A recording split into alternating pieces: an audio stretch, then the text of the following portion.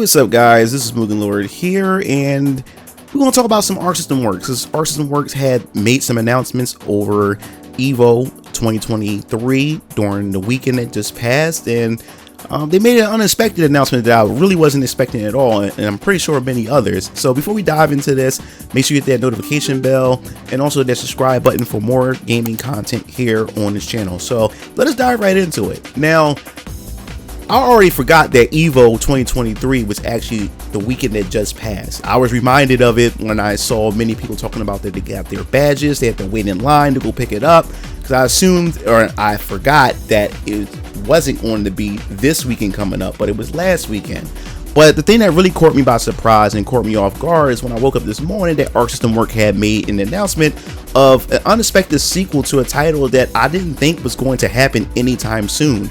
And what is that title I'm talking about? Well, it's Under Night Inbirth, and it appears that we'll be getting a sequel to this series coming 2024, as early as 2024. So I'm really looking forward to it. I'm super excited. A lot of returning characters from the previous title will be returning, and the biggest cherry on top is the fact is that it's going to have rollback netcode implemented into the game. And that's the one thing that I really didn't get a time or a chance to really invest in Under Night Inbirth, even though I enjoy from what I played locally.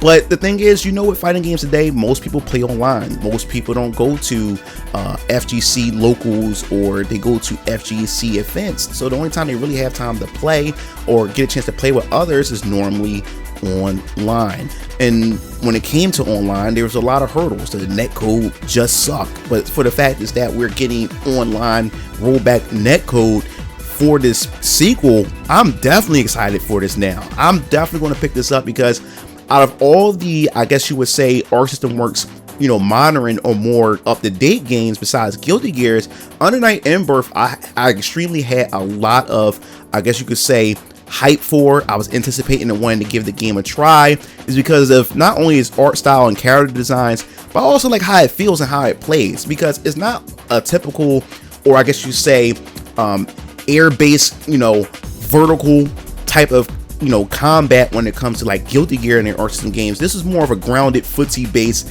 almost kind of like Street Fighter-esque anime fighter, and I'm more so pretty good at those games, or I can pretty much, I guess you could say, deal with it better compared to the games where it's more, it has more verticality to it, where now not only have to worry about, you know, applying, you know, ground pressure, but I also have to apply air pressure and everything of a sort. So I really liked that aspect to Under Night Inbirth, and the fact is that we're getting a sequel to this title with the rollback netcode, sign me up for it. I definitely want to give this game a try. And they're also introducing 2 additional characters that they have shown and hinted at by the end of the teaser trailer. So I can't wait to see how these characters are going to play. And it's always been it always seemed like when it comes to Arc System working with their games, when they do have a sequel or an additional version, they only introduce like maybe 1 or 2 characters, you know, to the game, especially when they're sprite based. Because sprite based games, which is very, very hard to find nowadays, you know, is becoming a dying type of breed when it comes to the mainstream. I know there's a lot of indie fighters that still do 2D sprites, but you don't really see a lot of that. So when they introduce new characters, they never really introduce a whole lot of them.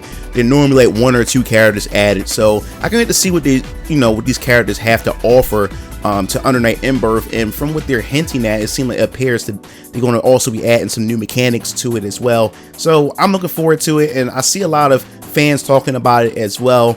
And the fact is that they opened up EVO with this announcement, I think is pretty cool. But next, of course, what everybody has also been talking about recently, which is Granblue Fantasy Versus Rising, which is another title from Arc System Works that I'm looking forward to. I just love Granblue's character design. I just love, all the characters look badass. That's the thing about Granblue right now. When it comes to Granblue Fantasy Versus, or even the JRPG that's coming called Relink, none of the characters look like side characters. Everybody look like a main protagonist. That's what's appealing to this, is the character designs all in itself and the art style that really makes me want to get into the game. Now, I played and owned Granblue Fantasy Versus, the first title, on PS5, no, on the PlayStation console, and I also owned it on Steam because I caught a Steam sale that comes with everything packaged inside.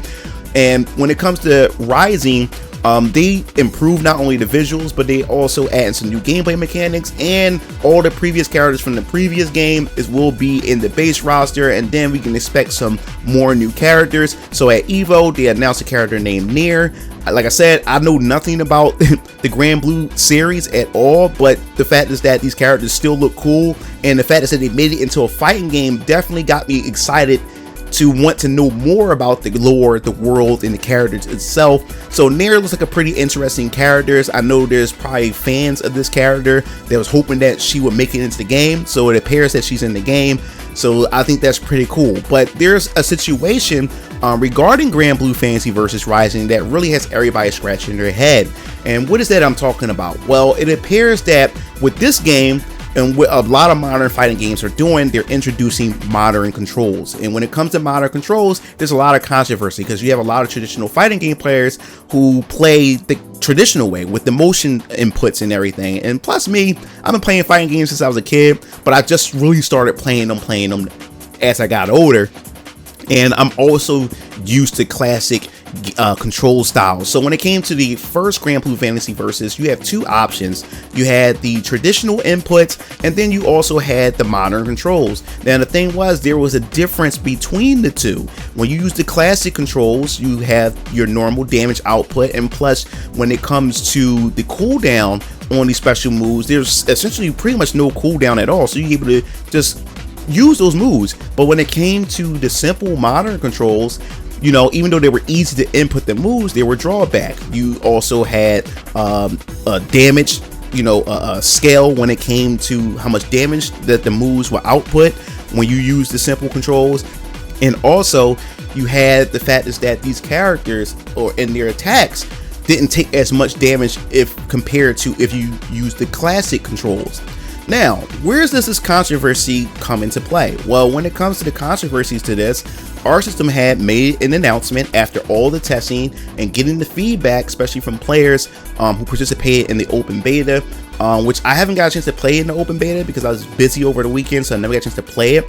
But they had put an announcement out saying that they're doing away when it comes to the difference between classic and modern controls, which means modern controls will have the same leverage as classic controls, which has a lot of players really upset, and some even saying that, hey, I'm not going to support this game, I'm not going to play this game, because what's the whole point of having these control styles? And now you made it easier for players to pretty much be on the same level as a person who put the time in and play. And then also, it doesn't teach newer players to want to move over to the classic control style when now they be rewarded the same way as a classic control style player. And not only that, when you have this type of philosophy with they're saying that they want to make it easier for, newcomers and everything, but you also made the newer controls easier for pro players, because now you got pro players that's going to go use the modern controls, because using the modern controls, there's no penalty to it, there's no difference. So you actually made it harder for newer players, because the killer players are going to now adopt those controls, because now they already understand the fundamentals of the game. They also understand how the game works, how it plays, the timing and everything. Now you just make the execution even easier to be able to perform, and things that you traditionally couldn't perform because of classic controls, because the human hands and the minds can't react as fast. But with the simple controls, you're able to react to things that you normally couldn't react if you use classic controls. And if you're a pro player and your reaction time is crazy, it's even crazier. It's doubled now with these modern controls, and we already see this adoption going over into Street Fighter 6. So there's a lot of things that we need to discuss when it comes to this in the future of fighting games with the whole modern control philosophy. If there's no distinguish between the two, then what's the point? And at this point, should we just do away with classic controls altogether and just stick with modern if there's no penalty or there's no difference between the two? So that pretty much wraps this up. These are the two titles that they pretty much essentially announced and have shown off. and just gave some updates and announcements about, and I'm looking forward to both titles. Can't wait to get my hands on both of them, and I want to hear your thoughts. What do you think about the whole modern Control versus classic Control drama? Do you think it's just what it is, drama, or do you think there's some merit behind this argument from pro players and traditional fighting game players when it comes to the philosophy of trying to create a much, I guess you should say, balanced playing field between newcomers and pro players? So I'll definitely hear your thoughts in the comment sections below. And what do you think about Under Night Inbirth and its sequel? Are you looking forward to it? How long you've been playing it? Or will this be the first time, or is this the first time that you encountered or even heard of this series? Definitely want to hear your thoughts on that as well. So if you like the video, hit the like button, hit the subscribe button for more gaming content on this channel. This is MugenLord signing off. I'll see you game fiends later. Peace out.